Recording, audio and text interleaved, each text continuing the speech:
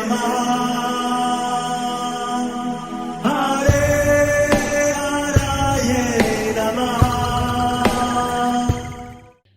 हरे कृष्णा जी, आप सबका बहुत बहुत स्वागत है आज के कार्यक्रम में। हमारे सारे कार्यक्रम इस्कॉन फाउंडर आचार्य AC भक्ति वेदांत स्वामी श्रीला प्रभुपाद जी को समर्पित है। मंगलाचरण आरंभ करते हैं। ओम नमो भगवते वासुदेवाय। ओम नमो भगवते वासुदेवाय। ओम नमो भगवते वासुदेवाय। ओम अज्ञानतिमिरान्धस्य ज्ञानाञ्जनशलाकया चक्षुरुन्मीलितं येन तस्मै श्रीगुरवे नमः। श्रीचैतन्यमनोऽभीष्टं स्थापितं येन भूतले स्वयं रूपः कदा मह्यं ददाति स्वपदान्तिकं। वन्देऽहं श्रीगुरो श्रीयुतपदकमलं श्रीगुरून् वैष्णवांश्च श्रीरूपं साग्रजातं सहगण रघुनाथान्वितं तं सजीवं साद्वैतं सावधूतं परिजनसहितं कृष्णचैतन्यदेवं श्री राधा कृष्ण पादान् सहगण ललिता श्री विशाखान्वितांश्च नमः। ओम विष्णुपादाय कृष्ण पृष्ठाय भूतले श्रीमते भक्ति वेदांत स्वामिनिति नामिने नमस्ते सारस्वते देवे गौरवाणी प्रचारिणे निर्विशेष शून्यवादी पाश्चात्य देश तारिणे। नमो महावदन्याय कृष्ण प्रेम प्रदायते कृष्णाय कृष्ण चैतन्य नाम्ने गौरत्विषे नमः। हे कृष्ण करुणा सिंधु दीनबंधु जगतपते गोपेश गोपिका कांत राधा कांत नमोस्तुते। तप्त कांचन गौरांगी राधे वृंदावनेश्वरी वृषभानुसुते देवी प्रणमामि हरिप्रिये। वाञ्छाकल्पतरुभ्यश्च कृपा सिन्धुभ्य एव च पतितानां पावनेभ्यो वैष्णवेभ्यो नमो नमः। जय श्री कृष्ण चैतन्य प्रभु नित्यानंद श्री अद्वैत गदाधर श्रीवासादि गौर भक्त वृंद। हरे कृष्ण कृष्ण कृष्ण हरे हरे, हरे राम राम राम हरे हरे। कार्पण्य दोषोपहत स्वभाव पृच्छामि त्वां धर्म सम्मूढचेता। यत् श्रेयस्या निश्चितं ब्रूहि तन्मे शिष्यस्ते अहं शाधि मां त्वां प्रपन्नम्। हरे कृष्णा जी। भगवद गीता अध्याय 1 श्लोक नंबर 30 आरंभ करते हैं। ब्रजेश्वरी जी, आप पढ़ेंगे संस्कृत। हरे कृष्ण। न च शक्नोमि अवस्थातुं ब्रह्मतीव च मे मनः निमितानि च पश्यामि विपरीतानि केशव। हरे कृष्ण। हरे कृष्ण। न नहीं च भी शक्नोमि समर्थ हूँ अवस्था तुम खड़े होने में भ्रमति भूलता हुआ इव सदृश च तथा में मेरा मनः मन निमितानि कारण च भी पश्यामि देखता हूँ विपरीतानि बिल्कुल उल्टा। केशव हे केशी असुर को के मारने वाले कृष्ण। मैं यहाँ अब और अधिक खड़ा रहने में असमर्थ हूँ। मैं अपने को भूल रहा हूँ और मेरा सिर चकरा रहा है। हे कृष्ण, मुझे तो केवल अमंगल के कारण दिख रहे हैं। हरे कृष्णा जी। तो भगवद गीता अध्याय 1 बहुत ही महत्वपूर्ण है। वह हमको बताती है कि भगवद गीता का सबसे अधिक लाभ कब मिलता है? जब हम विपत्ति के से घिर जाते हैं, जीवन में बहुत कठिनाई दिखती है, ऐसे समय में भगवद गीता हम पर विशेष कृपा करती है और उनका ज्ञान के द्वारा हम ऐसी विपत्ति से बाहर निकल सकते हैं। ये 3 श्लोकों में 28, 29 और 30, इन 3 श्लोकों में अर्जुन अपनी मन की बात बता रहे हैं भगवान कृष्ण को। और श्लोक नंबर 30 में बता रहे हैं कि मैं तो अब खड़ा रहने भी समर्थ नहीं हूं और मेरा मन भ्रमित हो रहा है, चकरा रहा है और सब जगह पर अमंगल ही अमंगल दिख रहा है। तो यहां पता चलता है कि अर्जुन एक बहुत ही इमोशनल ब्रेक डाउन वाली अवस्था से गुजर रहे हैं। और हमारे जीवन में भी हम देखते हैं कई बार हमारा जो इमोशंस भी होते हैं बहुत ऐसे ही देखने को मिलते हैं। कई बार हम लोग घबरा जाते हैं और घबराने की वजह से हमको सब जगह पर लगता है अरे सब गलत ही होने वाला है, देखो ये भी गलत हो गया, ये भी गलत हो गया, अब ये भी गलत हो जाएगा। तो हमारा मन क्या करता है, हमें और ऐसे ऐसे भयंकर परिणामों को दिखाकर हमें और डराने का प्रयास करता है। ये ऐसा ही है जैसे कहीं पर अगर आग लग जाती है। अब आग लग गई तो फायर फाइटर जो आग बुझाने वाले आते हैं भागते हुए, अगर वो आग बुझाने का कार्य करते हैं, इतने में ही एक नया जो फायर फाइटिंग वाला होता है, नया जो आग बुझाने वाला होता है, उसको अभी ट्रेनिंग नहीं मिला, तो क्या होता है, वो आग को देखकर वो खुद घबरा जाता है। अभी जो आग बुझाने वाले आए हैं वो आग को बुझाए या फिर वो नए जो साथी है उसको संभाले, तो विपत्ति और बढ़ गई। अगर वो नया व्यक्ति नहीं आता या नया व्यक्ति की जगह एक एक्सपीरियंस आता जो आग को संभालने में एक्सपर्ट हो, तो क्या होगा, बहुत जल्दी समस्या का समाधान निकल सकता है। और हमारे साथ भी ऐसा ही होता है। हमारे जीवन में दुख आता है, विपत्ति आते हैं, कष्ट आता है, संकट आ जाता है, तो पूरा शरीर हमारा क्या करता है, उससे लड़ने के लिए तैयार होता है। बुद्धि तैयार होती है कि क्या करना है, मन तैयारी करता है क्या करना है, शरीर तैयार होता है क्या करना है। पर अगर मन को ट्रेनिंग नहीं दिया है तो मन एक अनएक्सपीरियंस, जिसको ट्रेनिंग नहीं है, वो मन क्या करता है, छोटी सी समस्या को बहुत बड़ा बना देता है।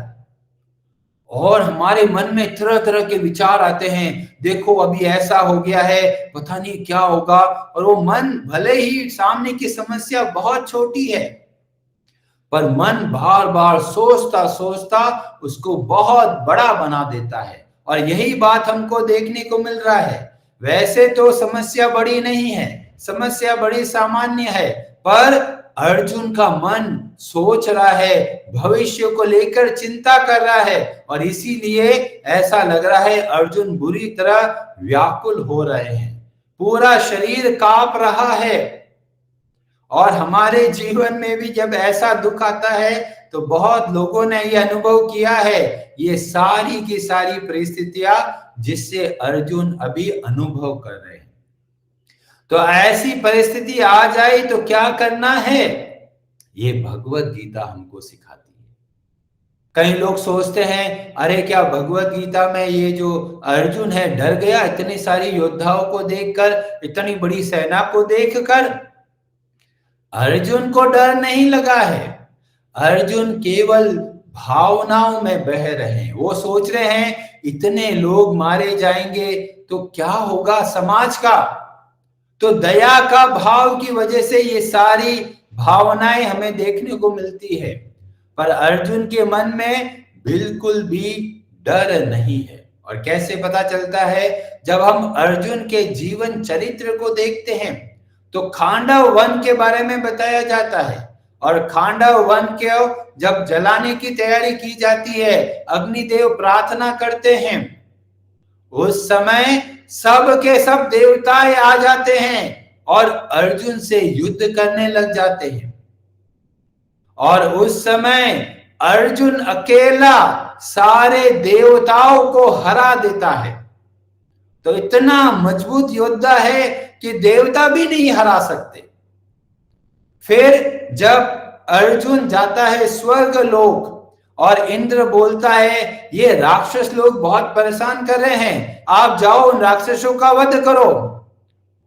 और अर्जुन जाते हैं अकेले और बहुत बड़ी सेना होती है दानवों की और भयंकर युद्ध होता है। अर्जुन एक क्षण के लिए भी नहीं घबराते। तो हम अर्जुन के चरित्र को देखते हैं तो देवता भी नहीं हरा सकते, दानव भी नहीं हरा सकते, मानवों की बात ही छोड़िए। इतना मजबूत योद्धा भी ऐसी अवस्था से गुजर रहा है, तो क्या हम ऐसे जीवन में ऐसे पल नहीं आ सकते? अवश्य आएंगे। जब हम लोग इमोशनली बहुत वीक होंगे, हमें लगेगा चारों तरफ अंधेरा है, हमें लगेगा कोई रास्ता नहीं दिख रहा। हर एक के जीवन में ऐसा समय आता है और इसलिए हमें बताया गया हमको ट्रेनिंग की आवश्यकता है। हम अपना मन को कहां लगाते हैं, इमोशंस को कहां लगाते हैं? अगर संसार में लगाते हैं तो ऐसी विपत्तियां आती रहती है और इसीलिए हम अपने इमोशन को भगवान से जोड़ना है। कई लोग सोचते हैं तो क्या हम भक्ति करें, संसार छोड़ दें, घर बार छोड़ दें, व्यापार छोड़ दें? नहीं, ये सब का सब करना है पर अच्छे से करना है। कैसे करना है? ज्ञान दृष्टि से समझ कर। जैसे अगर 3 बिंदु बनाते हैं एक लाइन में, तो एक तरफ तो हम खड़े हैं जिसको बोलते हैं जीव, फिर हमारे सामने खड़ा है जगत, संसार जो हमको देखने को मिलता है, और उस संसार के पीछे हैं जगदीश भगवान श्री कृष्ण, जिनकी कृपा से ये संसार चलता है। तो इसीलिए जब हम देखें तो संसार तक नहीं देखना है, संसार के पीछे जो खड़े हैं भगवान, उनकी ओर ध्यान देना है। तो जब इस तरह से करेंगे तो हमारे जो भावनाएं हैं, फीलिंग्स है, वो वास्तव में सही जगह पर केंद्रित होगी। जैसे परिवार में अपनापन है, बच्चों में बहुत लाड प्यार है, होना भी चाहिए, पर हमको साथ में इस बात का ध्यान रखना है कि भगवान की संपत्ति है, भगवान ने हमको ये जिम्मेदारी दी है और इसको बहुत अच्छे तरीके से निभाना है। तो बच्चे को बहुत प्रेम दीजिए, पर सही शिक्षा भी दीजिए, सही संस्कार भी दीजिए। पर अगर भगवान को भूल जाते हैं तो हम लाड प्यार में बच्चों को बिगाड़ देते हैं, बच्चा भी गलत रास्ते पे चलने लग जाता है, खुद भी दुख पाता है और माता पिता भी बाद में दुख पाते हैं। तो जब हमें अपनी भावनाओं को रखना है तो संसार तक नहीं रखना है। संसार के आगे जो और चलेंगे तो भगवान दिखेंगे, तो भगवान से हमें अपनी भावनाओं पर केंद्रित करना है। और यही बात हमको मिलती है श्रीमद् भागवतम के अध्याय, ये स्कंद 11 अध्याय 2 और श्लोक नंबर 30 के अंदर वर्णन मिलता है एक राजा के बारे में, जिसका नाम होता है राजा निमि, महाराज निमि। वो एक बार कुछ यज्ञ करते हैं और यज्ञ कर रहे हैं और वहां पर अचानक ही कुछ बहुत अद्भुत ऋषिगण आते हैं। और वो कौन होते हैं? वह होते हैं नव योगेंद्र। नव का मतलब होता है 9 ऋषिगण आते हैं और ये होते हैं महाराज जो ऋषभ देव होते हैं, उनके 100 पुत्रों में से जो सबसे बड़े होते हैं वो होते हैं राजा भरत, और फिर बाकी उनके 9 भाई जो ऋषि कहलाते हैं वो होते हैं नव योगेंद्र। जब महाराज निमि देखते हैं कि भाई संत लोग पधारे हैं तो इधर उधर की बात करते हैं नहीं, वो बोलते हैं ऐसी बात, वो बहुत महत्वपूर्ण बात हमें बताते हैं। और वो बोलते हैं, वो बेसिकली प्रश्न पूछते हैं। और प्रश्न कैसा पूछते हैं वहां पर बताया गया श्लोक नंबर 30 में, आत्यंतिकम क्षेमम पृच्छामो, मैं आपसे पूछता हूं कि हमारा भला कैसे होगा। और महाराज निमि के चरित्र से हमको पता चलता है कि जब कोई संत मिलते हैं, भगवान के भक्त मिलते हैं, उनसे क्या बातचीत करनी है। और महाराज निमि क्या कहते हैं कि मेरा कल्याण कैसे होगा, आप बताइए। और एक बहुत महत्वपूर्ण सिद्धांत बोलते हैं, संसारे अस्मिन क्षण अर्ध अपि सत्संगः शेवधी। इस संसार में क्षण का भी आधा, इसको बोला गया क्षणार्ध, थोड़े समय के लिए भी अगर सत्संग मिल जाए तो बोला गया शेवधी। ये बहुत बड़ा खजाना मिल गया किसी व्यक्ति को, ऐसा हो जाता है। तो यह है जब हम किसी संत से मिलते हैं तो कैसा प्रश्न करना है और अपने आप को बहुत भाग्यशाली समझना है, क्योंकि थोड़े समय का भी सत्संग मिल जाए तो जैसे व्यक्ति को बहुत खजाना मिल जाता है, ऐसा अनुभव महाराज निमि करते हैं। और जब ऐसा प्रश्न करते हैं तो वहां पर जो नव योगेंद्र जी हैं वो क्या बोलते हैं, बहुत महत्वपूर्ण 2 शिक्षाएं देते हैं। और ये बहुत ही महत्वपूर्ण शिक्षा है, इसका हम लोग डिस्कशन करेंगे कल। हरे Krishna ji. Hare Hare Namaha